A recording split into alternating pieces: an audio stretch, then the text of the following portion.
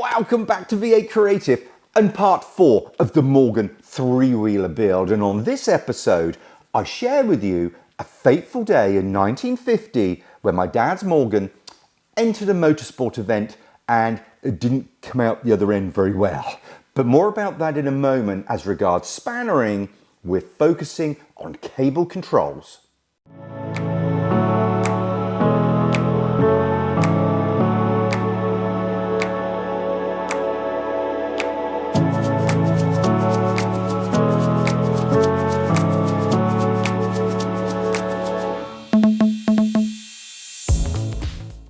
Yes, welcome back to the Dean Den and another episode of spannering on the 1933 Morgan three-wheeler. And yes, I've been doing some research. I'm now a member of the Morgan Three-Wheeler Club, and looking through their archives, I have found some really interesting information out about this car. But what about spannering? That's what we're here for. Well, on the Morgan, this Super Sports, there are 4 cable operated controls. Yep. 4. One's the rear brake. I know it's mad. Another is the ignition advance and retard. Yep, no distributor here. And also we have the choke. Yeah, okay, that's understandable. Next, we have the throttle. Okay, like a motorcycle. But these components haven't fared very well. So what I've done is stripped everything and I've purchased all brand new cables, which we're going to make, replicating what was on the Morgan three-wheeler when it came out of the factory in 1933. Anyway, on that note, let's get over to the assembly bench and start sort of understanding how all this works.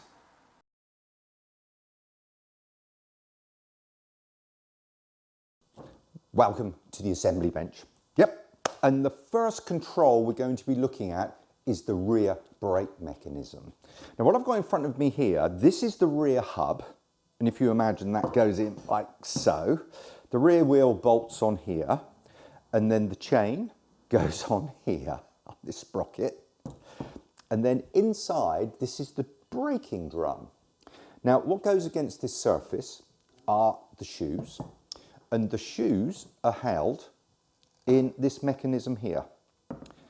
Now, how this works, you can see there's a lever here. When this lever is actuated, pulled, this little cam here rotates and the shoes expand. And when it's let loose, the springs bring the shoes back in. So clearly the shoes then go against this. There's no ridge there. This is really good condition. And the shoes look pretty good as well. Probably weren't used a lot, to be honest. And that mechanism is as simple as you like. It really is. Now, to make this work, what we have is the lever and then a grease nipple on the lever, of course. You need a grease nipple. Everything needs lubricating with this. To service this car, you've there got this grease gun and you're there pumping grease in. Like, there must be about 30 of these all over the car. Anyway, on the other end of this arm here, is where the cable sits. And here, totally unclean, it's not cleaned yet, is the cable. Now, on either end, we have things which I'm going to keep and reuse. They need cleaning and what have you. But if you look closely at the cable itself, I'll do a close-up, it looks like a rat's been at this. I mean, the end of it honestly does. And the other end as well. And also, the outer, the sheath, is rather not cut up, but you can see where it's been rubbing and chafing over the 40 years this has been on the car. Now clearly I could reuse this, but it's not a good idea. The best thing to do is to replace it, and to replace it means making a new cable, and this is what really this episode is about, how to make these cables. Now Venhill is a provider of cable kits that is well respected across the industry, because you do not want to cut corners with these.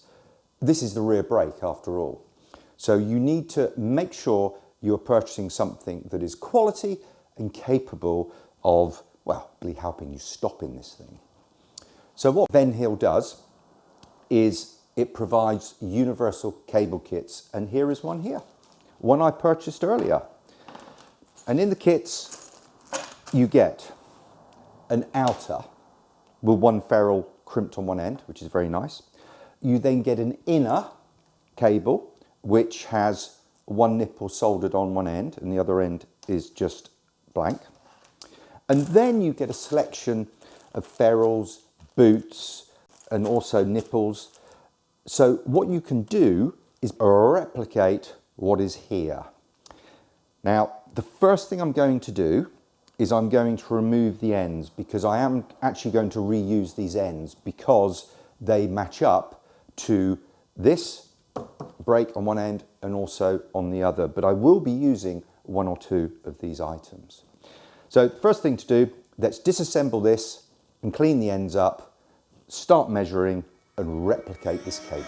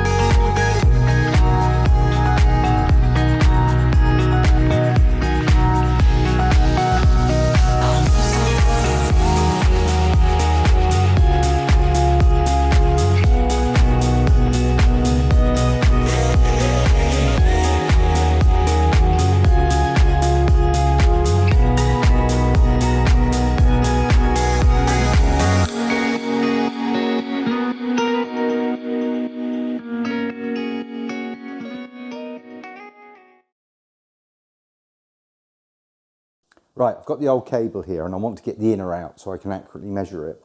And I just want to demonstrate to you how bad these Bowden cables are. This should be able to just go off just like that. But you just watch the effort I've got to put in to get this out.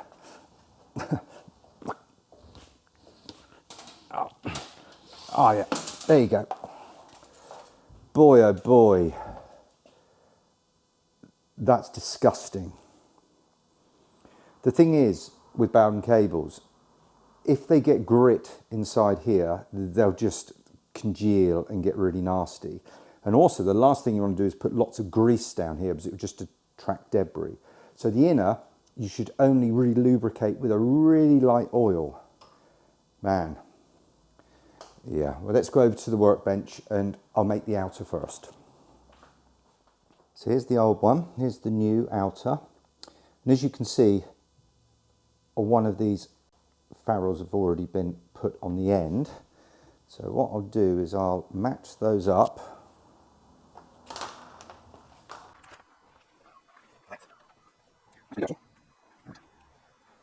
Here. Let's get a piece of tape.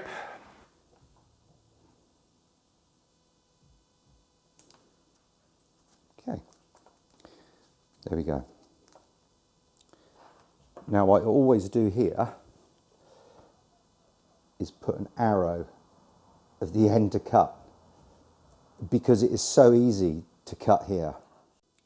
I've tried all sorts of cutting techniques when cutting these outers. Now the best I've found, it may look a bit aggressive, but it's an angle grinder. So go on, what could go wrong?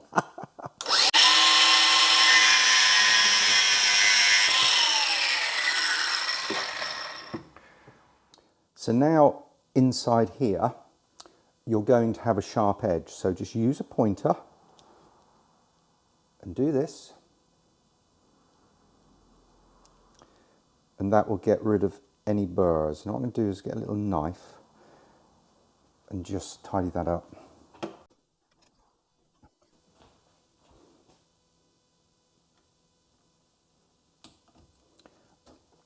And there we go. And then what I'm going to do is crimp that on there and it's all done. So I don't need the solder nipple on the end of this, so I need to cut this off. Now the last thing you want to do is have this fraying. So there is a technique here before you cut. So we're going to clean this, get all the grease off, then apply flux, not too much, just in one area, and then I'm going to use the blowtorch, heat it up, and then basically I'm going to tin this. So really make solder flow in between all the strands, and then we can cut it off.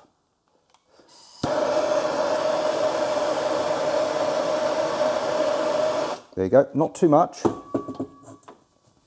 just a bit, that's all you need. Then let it cool down, and then what we're going to do is use the angle grinder and just cut this short.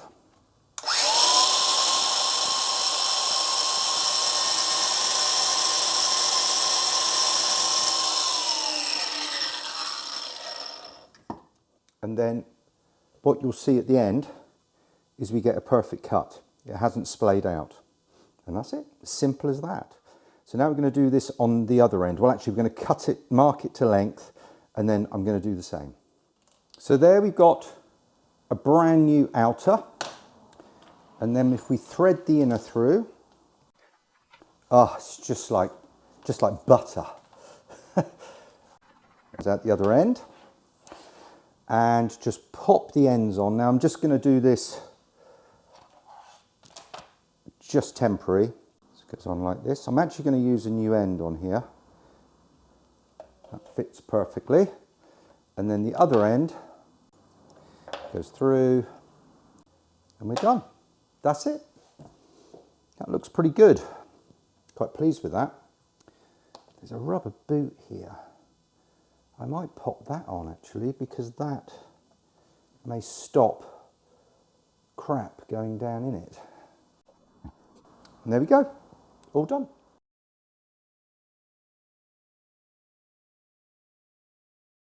Right, you ready for a story? This is quite interesting. Well, when my dad purchased this car, it was in a sorry state. You've seen the pictures. It was horrific. But what doesn't highlight in those pictures is the front of the car, the front sort of chassis members that look like bullhorns. There's probably a word for them. I don't know. They were bent in such a manner, it looked like the car had gone into a tree. Let's just leave it like that. And that's no surprise with the brakes and things on these cars at the time. So we know it had an accident, and probably it was then just left in a barn somewhere and just decayed over 30, 40 years until my dad found it again. And the person he bought it off said to him he believed that he'd heard that the Morgan had come to its demise in a 1950 motorsport event. And that's all he knew. So yeah, so there you go. So, does it have some motorsport pedigree, this car? Well, who knows? Or do we? So my father started doing some research. He went to the Morgan factory and they have ledgers of every single car that was built and where it went. And sure enough, this car in 1933 was built and then went to a dealership and then it went off into the ether. Someone bought it and it disappeared. Okay, so it went. However, I am now a member of the Morgan Three-Wheeler Club. And the Morgan Three-Wheeler Club has an archive. And this archive, you walk in and it's this huge room. It's got oak paneling, it's got ticking clocks, it's got like subdued lighting, much like this. And there's a guy at the end, he's got spectacles on, a little moustache, and he's there flicking over these large books with white, no, it's not that at all. It's an online portal. And there's the ability to download lots of technical stuff. So things about engines and chassis and brakes and wiring diagrams. It's invaluable if you own one of these cars. But also with the archive are, let's put it this way, probably over 1,000 original photographs that have been scanned and put on the website. And what's even better is these photographs have been ordered by registration. Yeah, you can see where I'm going now. So I went on the website, panning down that long list, and sure enough, there was one photograph, just one, of this car from 1950. Now, 1950 was the supposed date this car met its end. So I'm thinking, I wonder if it's a photograph of an accident. What do I wonder? So I opened the photograph up, and there it is. Now, if you look at that photograph, that's in a forest, and it's a motorsport event. So I'm thinking, well, where was this photograph taken? And the photograph was taken somewhere called, now I have to look down here, I've got to get this right, Chateau Impney. Now, if you're a Morgan guy, you know all about this place apparently, because even to the modern day, people go there with Morgans. And the reason why this is relevant is in the 1950s, this chateau's been around for ages, it was built way before the war. It started to host, well, even before the 1950s, motorsport events. And the early events were sort of speed events. It wasn't like a tarmac road. It was through like little tracks and things, hence this photo. And in 1950, you can research on the web, the Morgans and Aston Martins were often there racing. There you go. So it's all coming together now. So this car was raced in a speed trial of some sort in 1950 at Chateau Impney in Worcestershire, not France. I know it sounds like France. And I'm betting in that event, it met its end. I don't know. I'm putting two and two together to get a 4, but tree, dent in car, 1950, story from an old fella who sold this to my dad, all makes sense. So if any of you out there know anything, have your photos or anything, please get in touch. It'd be interesting to know. But I just like the idea that this car was used in anger in motorsport in 1950. How cool is that? Anyway, that's enough about that. Let's get back to spannering.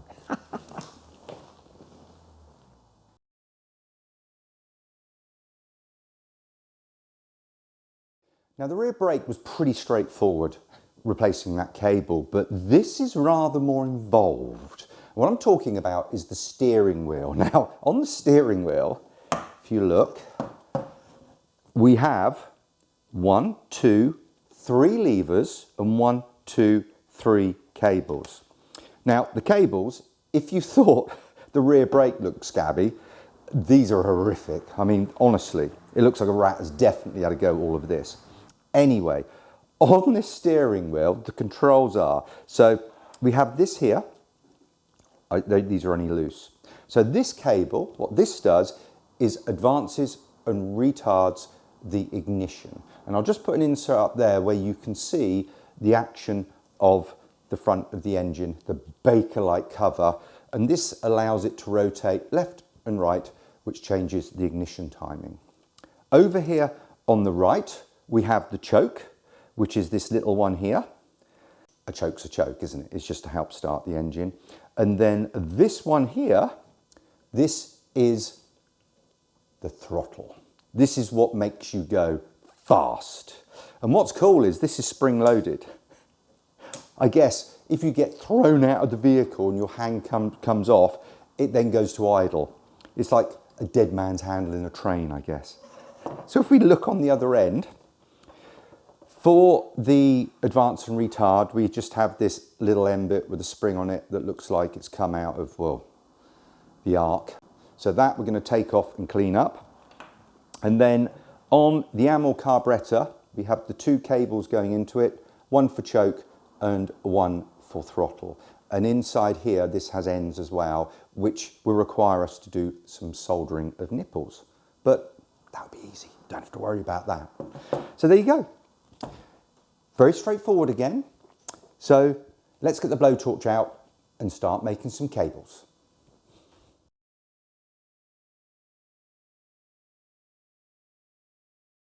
So the next control we're going to focus on is the ignition, advance and retard. And this lovely little lever here, this bolts onto the steering wheel and the cable just comes out. It's a ferrule there, it pulls out.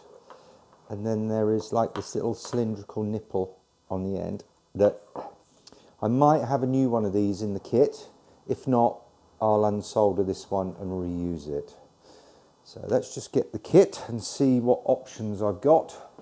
Wow, look at this lot. Jeez.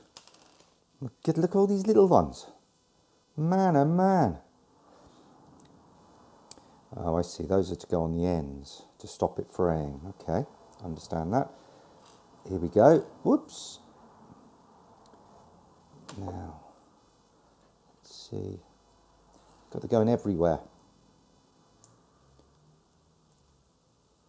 Not for a thinner one.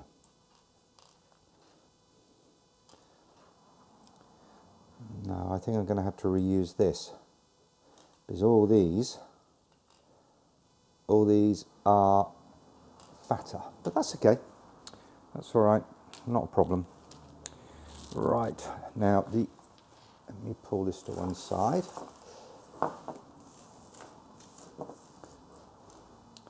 Now the other end of the cable,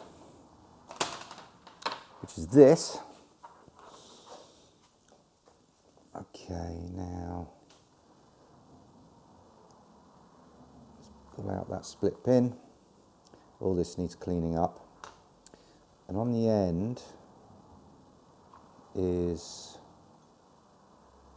a nipple to stop it being pulled through. Now, what have I got that I can use for that? This. I think that's what that's for. Okay. Right, let's get my snippers.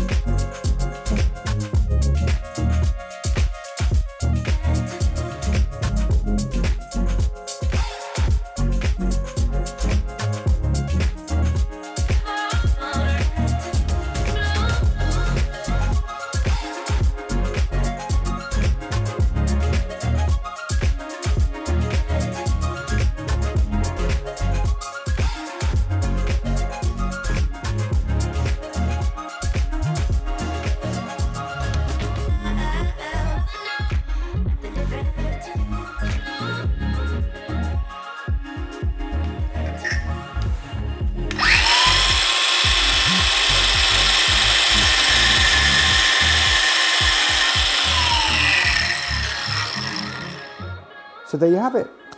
Complete ignition advance from retard, new cable, new ends, new spigots, ready to go. Now, what you saw me doing there, I was experimenting between the blowtorch and also the mother of all soldering irons, which is here, this baby. And I must say, the soldering iron is definitely the way to go, without question. So, this was on Amazon, I think it was about 20 quid. So if you're going to do this, get this. I tell you, this is like, this will heat up the sun. It's so hot. Anyway, that's it for spannering. I think I'm going to go and have a beer. Yes, and another episode draws to a close, and the Morgan is coming together. Now, I know I'm sort of doing different tasks one at a time on the bench rather than fitting them to the car. However, there will be an episode in the future where this is just going to be like Lego. Everything will be ready just to put back on, and then we can try that first start. I've met someone in the pub who knows all about Matchless motorcycles. So I'll buy him a pint and he can come over and get it started for me, because he said these engines are really easy. They're really, really simple. So that's going to be a really good episode. And I hope you liked the output of my research. I found it quite interesting to see that this car does have some motorsport heritage. Yeah, only a little bit, but it has got some, which made me smile, especially when I saw that picture. Oh my God, these people in the 30s, they were mad. Right, so let's call it a day, and next week I'm on holiday. My daughter's getting married, but I might just take some footage and do some editing in the evenings. But we'll see, we'll see. But until next time, as I always say, keep smiling and enjoy your spannering. That's a take. Boy, oh boy, I'm loving this.